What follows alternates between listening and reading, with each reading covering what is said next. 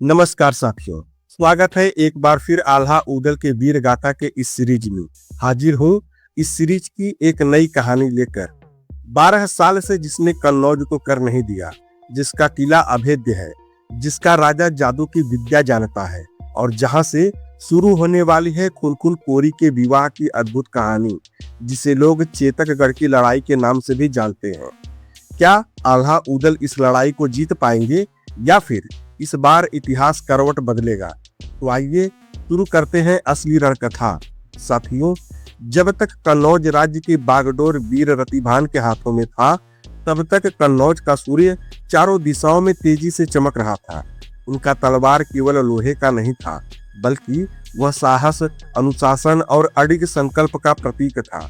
उनके नाम मात्र से ही सीमावर्ती राज्यों के दरबारों में सन्नाटा छा जाता था। उनके वंश की प्रतिष्ठा अपने चरम पर थी और आसपास के अनेक राजाओं ने कन्नौज की अधीनता स्वीकार कर नियमित कर देना शुरू कर दिया था। रतिभान केवल एक योद्धा नहीं थे, वे रणनीति के धनी भी थे। उनके नेतृत्व में सेना संगठित, अनुशासित और सदैव सजग रहती थी। दुश्मन कभी यह अनुमान ही नहीं लगा पाता था कि आक्रमण कब और किस दिशा से होगा।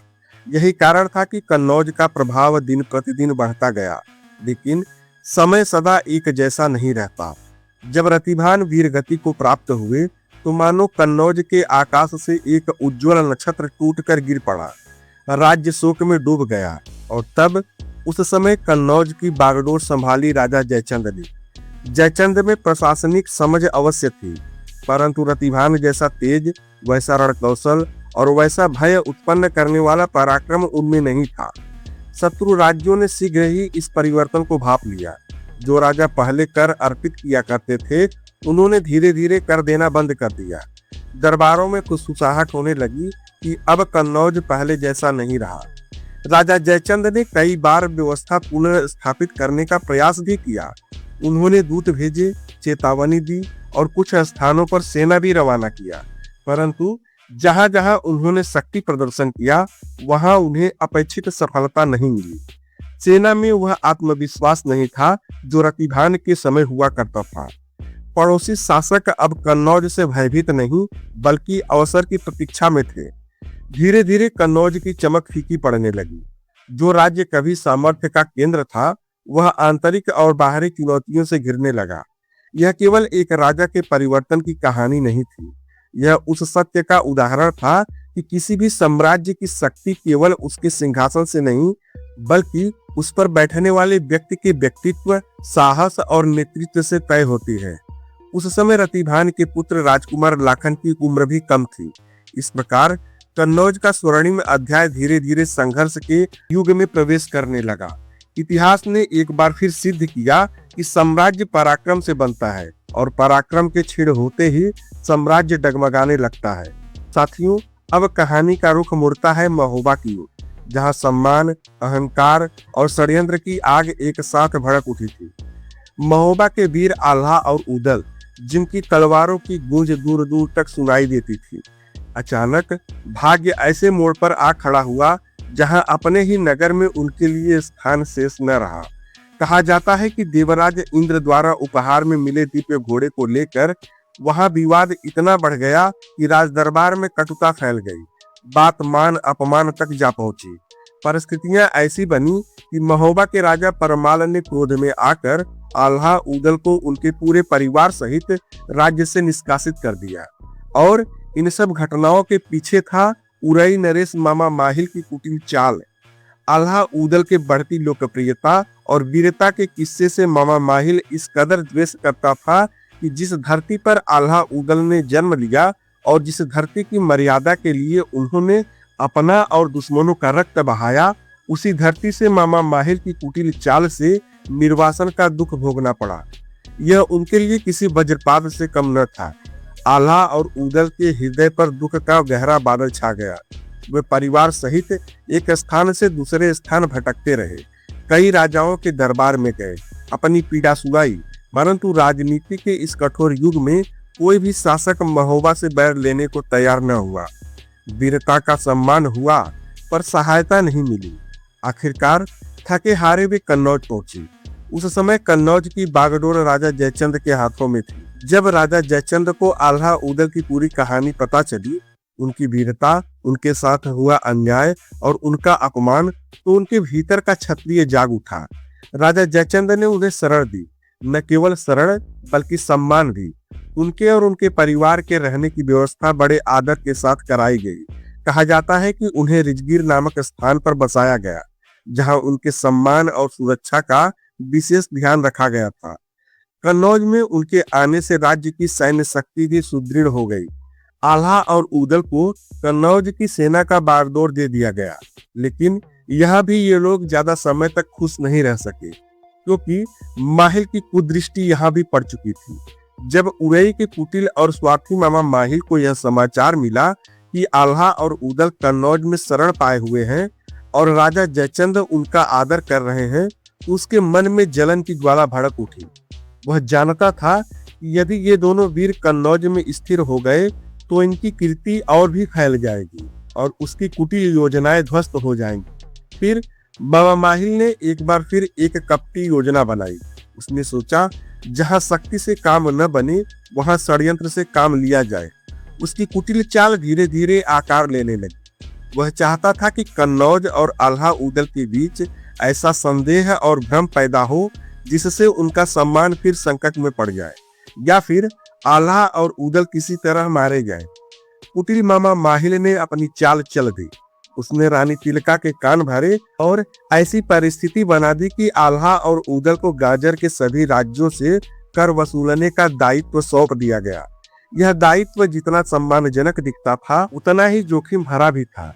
गाजर की लड़ाई कठिन थी, परंतु राजा जयचंद ने इसे कन्नौज की प्रतिष्ठा पुनः स्थापित करने का अवसर माना। अतः आल्हा उदल के साथ कन्नौज की सशक्त सेना तथा राजकुमार लाखन, खुनखुन कोरी, मदन गडरिया, बौनाचोर, तालहन सैयद, इंदल जैसे तमाम सूरवीरों को प्रस्थान का आदेश मिला। रणभेरी बजी, ध्वज लहराए और विशाल सेना गाजर विजय के लिए निकल पड़ी। गाजर की धरती पर एक एक कर अनेक राजाओं ने कर देने से इनकार कर दिया। परिणाम भीषण युद्ध। धरती थर्राने लगी, आकाश में तीरों की वर्षा होने लगी, घोड़ों की टापों से रणभूमि गूंज उठी। आल्हा और उदल दोनों भाई शेरों की भांति लड़े। उनकी तलवारों की चमक से शत्रु दल में भय छा गया, परंतु विजय का मार्ग कभी सरल नहीं होता।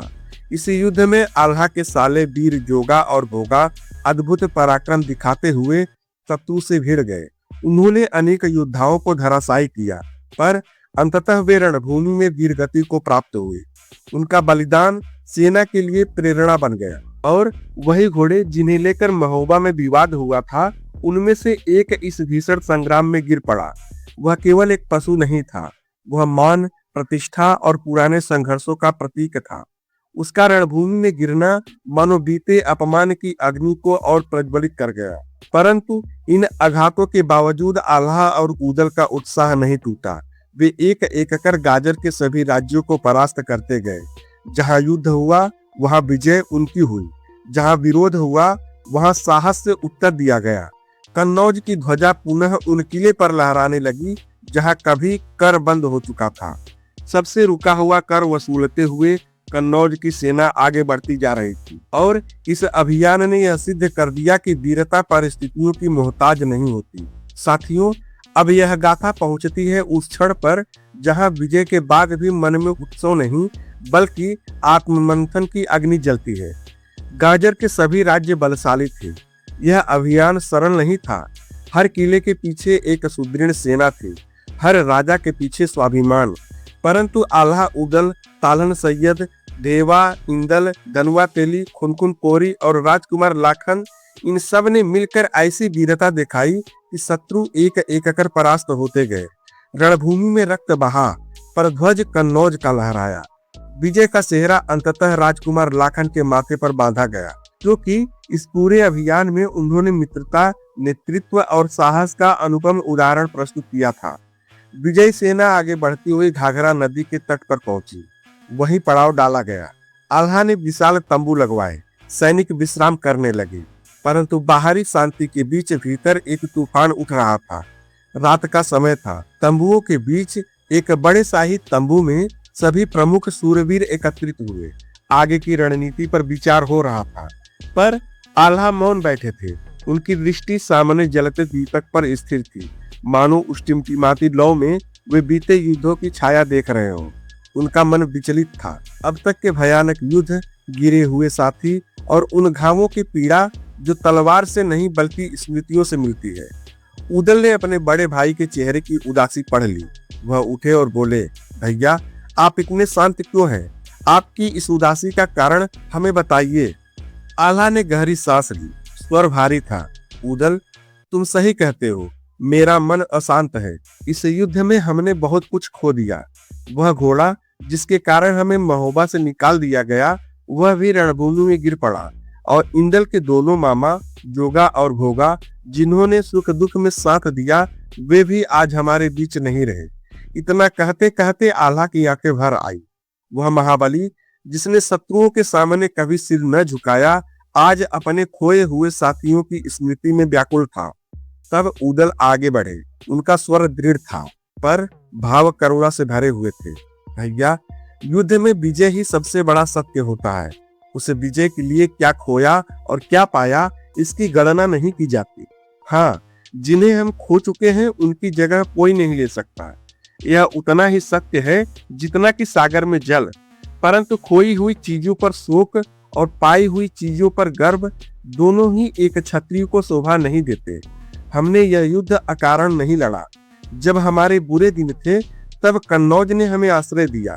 यह युद्ध हम उसी के सम्मान के लिए लड़ रहे हैं। और फिर यदि क्षत्रियों की आयु धरती पर अधिक हो जाए, तो कायरता के कीड़े उसे नष्ट कर देते हैं। हमें ऐसे जीवन से क्या लेना? हमें कठिन समय में एक मित्र मिला, राजकुमार लाखन। यह युद्ध हम उस मित्रता के लिए लड़ रहे हैं। उदल के शब्दों ने तंबू में उपस्थित हर वीर के हृदय को छू लिया। सभी ने समर्थन में सिर हिलाया। उनकी बाणी में जो सत्य और साहस था, उसने आल्हा के मन की हलचल को कुछ शांत कर दिया।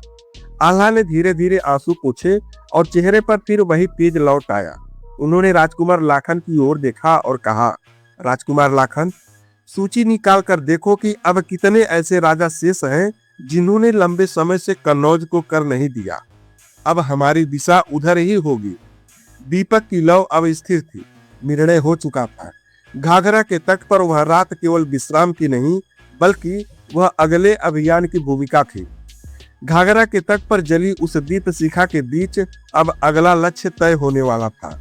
वातावरण गंभीर था, पर भीतर वीरता की अग्नि फिर से प्रज्वलित हो चुकी थी। तभी राजकुमार लाखन राणा ने सभा में बैठे खुनखुन कोरी की ओर संकेत करते हुए कहा, खुनखुन, वह सूची पढ़ो और बताओ कि अब ऐसे कितने राजा शेष हैं जिन्होंने कन्नौज को कर नहीं चुकाया, और अगली बारी किसकी है। खुनखुन कोरी ने कमर से बंधी थैली खोली। सावधानी से वह सूची निकाली और दीपक की लौ के पास आकर उसने अक्षरों को देखा और फिर राजकुमार लाखन तथा वीर आल्हा को प्रणाम करते हुए बोला, अब बारी है चेतकगढ़ की। वहां का राजा है हरिपाल। उसने 12 वर्षों से कन्नौज को कर नहीं दिया है। कई बार तो मैं स्वयं उसके दरबार में गया, पर हर बार खाली हाथ लौटना पड़ा। यह सुनते ही सभा में एक हलचल सी दौड़ गई। उदल का मुख कठोर हो उठा। उसकी भ्रुकुटी तन गई। क्रोध मानो उसके शब्दों में उतर आया। उसने कहा, तो अब राजा हरिपाल 12 वर्षों का कर एक साथ देगा और इस बार कोई दूत खाली हाथ नहीं लौटेगा। उदल की वाणी में ऐसी दृढ़ता थी कि तंबू के बाहर पहरा दे रहे सैनिक भी चौंक उठे। परंतु खुनखुन कोरी शांत स्वर में आगे बढ़ा। उसने उदल की ओर देखकर कहा, वीर उदल, आप राजा हरिपाल को कमजोर समझने की भूल न करें। चेतकगढ़ साधारण दुर्ग नहीं है। वहां जाने से पहले उसके विषय में जान लेना आवश्यक है। खुनखुन की बात में दम था, जिसे सुन उदल ने तुरंत उत्तर दिया, ठीक है खुनखुन, विस्तार से बताओ। हम उस राज्य और उसके राजा के बारे में सब कुछ जानना चाहते हैं। तंबू में एक बार फिर मौन छा गया। दीपक की लौ स्थिर थी। बाहर घाघरा नदी की धारा बह रही थी, पर भीतर सभा में आने वाले युद्ध की ध्वनि जैसे पहले ही सुनाई देने लगी थी। अब सबकी दृष्टि खुनखुन कोरी पर थी, क्योंकि अगला अभियान केवल शक्ति से नहीं, बुद्धि और सावधानी से भी जीता जाना था। अब सभा में ऐसा सन्नाटा था मानो आने वाला युद्ध पहले ही सबके मन में आकार लेने लगा हो। दीपक की लौ स्थिर थी और सभा की दृष्टि खुनखुन कोरी पर टिक गई थी। खुनखुन ने गहरी सांस ली और कहना आरंभ किया, वीरों, चेतकगढ़ कोई साधारण दुर्ग नहीं है। वह एक ऐसा किला है जिसे जीतना केवल तलवार का काम नहीं, धैर्य और बुद्धि की भी परीक्षा है। चेतकगढ़ का किला ऊंची पहाड़ियों के बीच बसा है। चारों ओर गहरी खाइयां हैं जिनमें सदा जल भरा रहता है। मुख्य द्वार लोहे और कठोर साल की लकड़ी से बना है, जिस पर मोटी मोटी कीलें जड़ी हुई हैं। द्वार के ऊपर प्रहरी मीनारे हैं जहां से दूर दूर तक निगरानी की जाती है। किले की दीवारें इतनी चौड़ी हैं कि उन पर एक साथ 4 घुड़सवार चल सकते हैं। भीतर प्रवेश करने के लिए कई घुमावदार मार्ग हैं ताकि शत्रु सीधा आक्रमण न कर सके। किले के भीतर अस्त्र शस्त्र का भंडार भरा पड़ा है। सैनिक अनुशासित और युद्ध कला में निपुण है। आगे खुनखुन बोला कि वहां का प्रत्येक सैनिक प्राणों की आहुति देने को तत्पर है। वे केवल वेतन भोगी नहीं, अपने राजा के प्रति निष्ठावान हैं। और राजा हरिपाल केवल सूरवीर ही नहीं, चतुर और रहस्यमय भी है। उसका शरीर पर्वत के समान सुदृढ़ है। वह स्वयं अग्रिम पंक्ति में उतर कर युद्ध करता है। तलवार और भाले दोनों में पारंगत है, पर उसकी सबसे बड़ी शक्ति उसकी साधना है। वह गुरु जालंधर का शिष्य है। गुरु जालंधर ने उसे कुछ गुण विद्या प्रदान की है, जिसे लोग जादू की विद्या कहते हैं।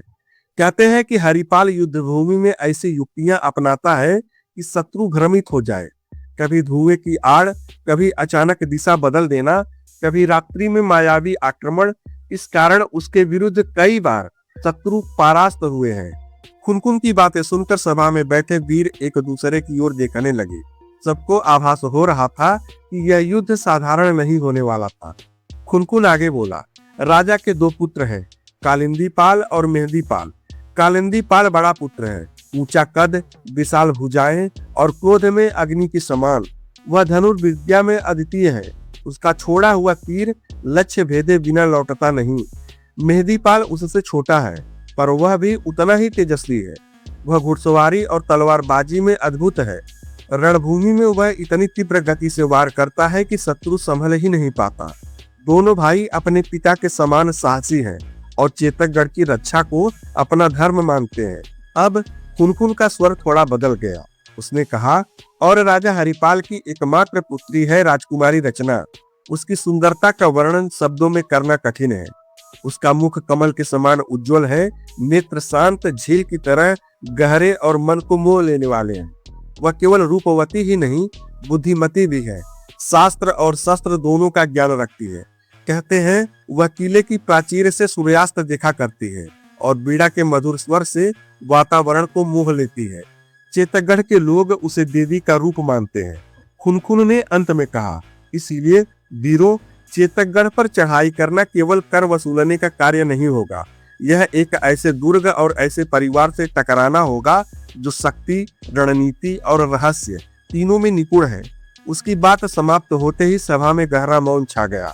उदल का क्रोध अब भी था, पर उसमें गंभीरता भी जुड़ गई थी। परंतु आल्हा की आंखों में वही दृढ़ निश्चय चमक रहा था। अब यह स्पष्ट था कि चेतकगढ़ का अभियान अब तक का सबसे कठिन संग्राम सिद्ध हो सकता है। घाघरा की लहरें बह रही थी। विशाल तंबू के भीतर दीपों की पंक्तियां जल रही थी, पर वातावरण में उजाला कम और गंभीरता अधिक थी। सभी वीर मौन बैठे थे। किसी के मन में साहस की ज्वाला थी तो किसी के मन में चेतकगढ़ की दुर्गमता की छवि। प्रश्न एक ही था कि अब आगे क्या किया जाए। सभा में सबसे अधिक अनुभवी और युद्ध रणनीति के ज्ञाता थे चाचा सैयद। वर्षों का अनुभव, असंख्य युद्धों की स्मृतियां और कठिन परिस्थितियों में शांत रहने की क्षमता, यही उनकी पहचान थी। आल्हा ने उनकी ओर देखा और आदर पूर्वक कहा, चाचा, अब तक हर कठिन घड़ी में आपने ही हमारा मार्गदर्शन किया है। इस बार भी आप ही बताइए कि चेतकगढ़ को कैसे जीता जाए। चाचा सैयद कुछ क्षण मौन रहे। उनकी दृष्टि नीचे झुकी थी, मानो वे मन ही मन आने वाले युद्ध का चित्र बना रहे। फिर उन्होंने धीमे पर स्पष्ट स्वर में कहा, आल्हा, चेतकगढ़ केवल शक्ति से नहीं जीता जाएगा। यह निर्णय अकेले का नहीं होना चाहिए। सबसे पहले गाजर के सभी राजाओं को यहाँ बुलाओ। जब सब मिलकर विचार करेंगे तभी सही मार्ग निकलेगा। निर्णय हो गया। अगले ही दिन दूत भेजे गए। दूसरे दिन वही विशाल तंबू, पर अब दृश्य भिन्न था। गाजर के सभी राजा वहां उपस्थित थे। उनके साथ कन्नौज के सूरवीर आल्हा, उदल, लाखन राणा, तानहन सैयद, ढेवा, इंदल, धनुआ तेली, कुनकुन कोरी सभी एक साथ बैठे थे। वातावरण गंभीर था, पर उसमें एक अनकहा उत्साह भी था। सभा के मध्य एक स्वर्णिम थाल मंगाया गया। उसमें सुगंधित पान का बीड़ा रखा गया, पर यह केवल पान नहीं था, यह चुनौती का प्रतीक था। जो उसे उठाएगा वही चेतकगढ़ अभियान की अगुवाई करेगा। आल्हा उठे, उनकी वाणी में दृढ़ता थी।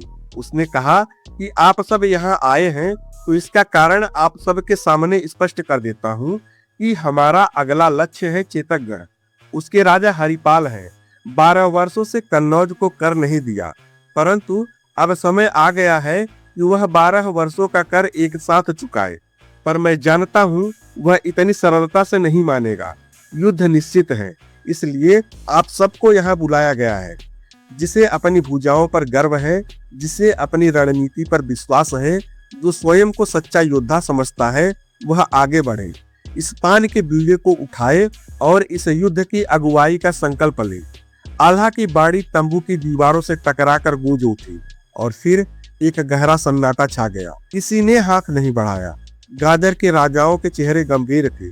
चेतकगढ़ की दुर्गमता, हरिपाल की शक्ति और उसके पुत्रों की वीरता सबके मन में कौध रही थी। दीपक की लौ कांपी, पर कोई आगे न बढ़ा। वह क्षण मानो समय को थामे खड़ा था। साथियों, क्या कोई उस बीड़े को उठाने का साहस करेगा या कन्नौज के वीर को स्वयं आगे बढ़ना होगा? तंबू के भीतर अब केवल श्वासों की ध्वनि सुनाई दे रही थी और इतिहास प्रतीक्षा कर रहा था उस हाथ का कि वह हाथ किसका होगा जो स्वर्ण थाल से पान का बीड़ा उठाएगा। तो साथियों, ऐसे ही तमाम सवालों के जवाब जानने के लिए हमारे चैनल हिंदीवादी ज्ञान को सब्सक्राइब करें, वीडियो को लाइक करें और ज्यादा से ज्यादा शेयर करें। पीछे की कहानियों को जानने के लिए प्लेलिस्ट अवश्य देखें। धन्यवाद। जय हिंद।